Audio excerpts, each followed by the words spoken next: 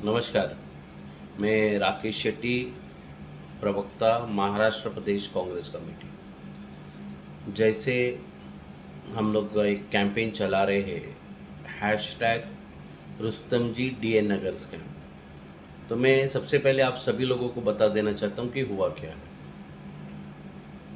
DN नगर में ये जो प्रोजेक्ट है, जो आज रुस्तम जी एलिमेंट नाम के है, ये project originally Vaidevi Vinayak construction company को माडा ने और उस सोसाइटी, करीबन 11 सोसाइटीज़ ने मिलकर रीडेवलपमेंट का अथॉरिटी ने उनको प्लान दिया था और एग्रीमेंट दिया था। तो जो वैदेवी विनायक है, उन्होंने सबसे पहले ये जो टेनेंट्स है उनको भाड़ा दिया, रेंट्स दिए, और माडा को एनओसी के लिए करीबन 12 से 16 करोड़ रुपया एनओसी इसके लिए दिए, जो डेवलपमेंट चार्ज के लिए।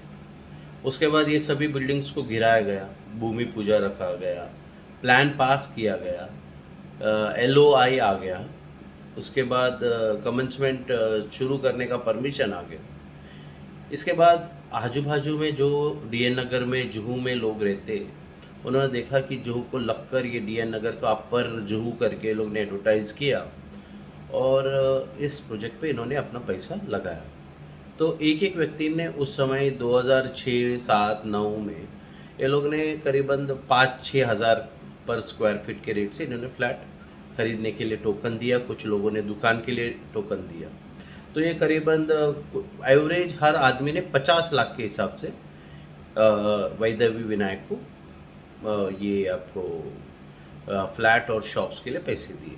और आज करीबन 300 लोग ऐसे हैं जो मैं विक्टिम बोल रहा हूँ। इसके बाद क्योंकि बहुत बड़ा प्रोजेक्ट था और उस समय में सीआरजेड का इशू था, एनवायरनमेंट डिपार्टमेंट का क्लियरेंस था, तो वो बिकॉज एनओसीज नहीं मिल रहे थे, डेवलपर का डिले होता है और करीबन प्रोजेक्ट जो है 5 से 6 साल के लिए आगे बढ़ जाता है। इस दौरान डेवलपर को थोड़ा कैश क्रंच होता है और वो ऐसा प्लान बनाता है कि इस पे कोई ना कोई मैं पार्टनर ले लूँ, जिसके कारण मैं ये अपना जो कमिटमेंट है प्रोजेक्ट्स का टेनेंट्स की तरफ, और ये जो नए होम बायर्स और शॉपकीपर्स है, इनको क्योंकि उनको रेडी करके देना है, वो उस काम के लिए अभी फंड्स लगेंगे, इसलिए ये रुस्तम जी को अप्रोच करता है। और करीबन क्योंकि 6 लाख स्क्वायर फीट सेलेबल था, करीबन 2 लाख स्क्वायर फीट का ये रुस्तम जी को कमिटमेंट करता है कि 2 लाख स्क्वायर फीट मैं आपको दूंगा, फलाना जो भी इनका एग्रीमेंट वैल्यू है, और बाकी का 4 लाख मैं बना के बेचूंगा। और उसमें करीबन ये जो होम बायर्स है, जो नए इन्वेस्टर है 300, इनको भी मिलेगा, और जो ओरिजिनल टेनेंट्स है उनको भी मिलेगा। मगर ये पूरा दौरान जब चल रहा था, उस समय पे क्या होता है कि कुछ दिन बाद रुस्तम जी जो डेवलपर है, बमन ईरानी उसके बिल्डर है, मेन प्रोमोटर है, उनको आ जाता है लालच। ये क्या करते हैं कि ये जो डीएन नगर सोसाइटी है, जो ओरिजिनल सोसाइटी, इनके कुछ मेंबरों को अपने हाथ में ले लेते हैं, उनको कुछ पैसे का लालच देते हैं, और उसके बाद वो इंटरनली वैदेवी विनायक को बताए बिना वो उनके साथ एक एग्रीमेंट कर लेता है डायरेक्टली विद द सोसाइटी, और उसमें ऐसा ऐसा लिखा रहता है कि ये हम वैदेवी विनायक क्योंकि डिले कर दिया इसलिए हम निकाल रहे हैं, और ये कर लेते। और उसके बाद रातों रात वो प्लॉट का सिचुएशन ये रहता है कि ये प्लॉट बनकर 4-4 माले के 6 बिल्डिंग रेडी होते, मतलब अंडर कंस्ट्रक्शन। रातों रात रुस्तम जी अपने गुंडों को बेचकर ये पूरा डेमोलिशन करवा लेता है वो बिल्डिंग को। वहाँ पे अपने गुंडों को बेच के वैदेवी विनायक के स्टाफ को मार के बाहर निकालते हैं। तब वैदेवी विनायक के जो डेवलपर है वो चले जाते हैं पुलिस स्टेशन, और एक एफआईआर भी दर्ज हो जाता है, और 2 एफआईआर होता है। एक तो ये लोग करते हैं, और दूसरा वो जो शॉपकीपर्स है जिन्होंने इन्वेस्ट किया, वो उनको जब पता चलता है कि उनके साथ अन्याय हो रहा है, रुस्तम जी प्लॉट का कब्जा ले रहा है, तो वो भी जाकर एफआईआर दर्ज करते हैं। तो 2 एफआईआर डीएन नगर में ऑलरेडी है। और इसके बाद हो जाता है कि रुस्तम जी उसके बाद अपना मनी पावर इन्फ्लुएंस सब हाथ में रखकर ये रीडेवलपमेंट का काम करता है। और इस वक्त क्या करता है कि जो फोंडेकर जो वैदेवी विनायक है, इनका पूरा एनओसीज को ये ले लेता है, माड़ा को अप्लाई करता है कि मैं न्यू डेवलपर आऊँ, मेरे को एनओसी दो।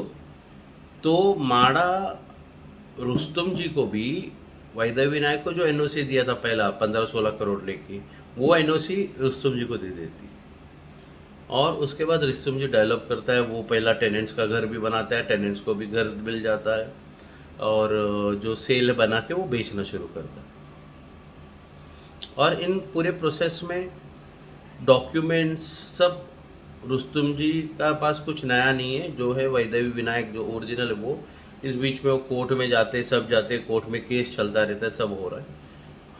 मगर क्योंकि रुस्तम जी बहुत बड़े डेवलपर है, वो इस पूरे मामले को कोर्ट के बाहर कोर्ट के अंदर वो सेटल करके ले लेते हैं, फेवर उनके आ जाता है। और ठीक है, वहाँ पे जो ओरिजिनल टेनेंट्स है उनको घर मिल जाता है, और जो वैदेवी विनायक को कुछ नहीं मिलता। और ये जो 300 जिनके पैसे से माड़ा को एनओसीज दिया गया, इनको आज तक कुछ नहीं मिला, और आज ये अपनी लड़ाई लड़ रहे, छोटे छोटे ग्रुप्स में लोग अलग अलग तरीके से लड़ रहे। मगर गवर्नमेंट जो है, ये इन्होंने कभी भी ये 300 जो इन्वेस्टर है इनका साथ नहीं दिया। कि सीओडब्ल्यू में भी जाता है, ईओडब्ल्यू में ऑफिसर सब वो 300 होम बायर से इनके फेवर में करते, सीनियर पीआई करता है, ईसीपी करता है, अब अगर डीसीपी जो है वो आकर पूरा का पूरा केस को साइडलाइन कर देता है। तो ये पूरा हर डिपार्टमेंट में रुस्तम जी का इतना दबदबा है कि वो ये इन्वेस्टर्स को अपना राइट नहीं देने देता है, और कोई भी कमिटमेंट नहीं करता। उसका ये कहना है कि क्योंकि आपने पैसे वैदेवी विनायक को दिया, आप उनसे बात करो, उनसे लीजिए। ठीक है, एक सुनने में तो अच्छा लगता है, मगर ये जिस प्रोजेक्ट पे आप बैठे हो, ये प्रोजेक्ट में जो इनिशियल पैसा था करीबन 100 करोड़ के ऊपर, ये इन्वेस्टर्स का है। इसके कारण वो प्लॉट खाली हुआ, उसके कारण ये करीबन 4-5 साल तक ये जो टेनेंट्स को रेंट मिला उसी पैसे से दिया गया। जो डेवलपमेंट का पैसा बढ़ा 16 करोड़, वो भी इसी पैसे से। तो अगर रुस्तम जी प्रॉफिट ले रहा है, मगर उसका जो लायबिलिटी है उस प्लॉट का, वो क्यों नहीं ले रहा? तो मेरा ये प्रश्न गवर्नमेंट से है, और गवर्नमेंट को ये कहना है कि उनको ये 300 जो होम बायर्स है इनका मदद करना चाहिए, इसके लिए आगे आना चाहिए। लीगली रुस्तम जी का ये ठीक है, स्टैंड सुनने को ठीक लगता है, मगर जिस झाड़ का फल आप कर रहे हो, उसका जो रूट है उसको बड़ा करने का काम में जिन लोगों का हाथ लगा है, उनको उनका फल मिलना चाहिए, मेरा यही कहना है। और महाराष्ट्र गवर्नमेंट से ही अपील है, एकनाथ शिंदे जो माननीय सीएम है उनसे ये अपील है कि ये 300 टेनेंट्स को अपना राइट्स मिलना चाहिए। आप लोग ये समझिए कि रुस्तम जी आज बेच रहा है, मगर आपको पता है कि माड़ा के बुक्स में रुस्तम जी दिखता ही नहीं है। उनका कहना है कि वो बिल्डर नहीं है। अरे बिल्डर नहीं है तो रजिस्ट्रेशन कैसे हो रहा है, स्टैम्प ड्यूटी वो कैसे भर रहे, फ्लैट बेचा जा रहा है।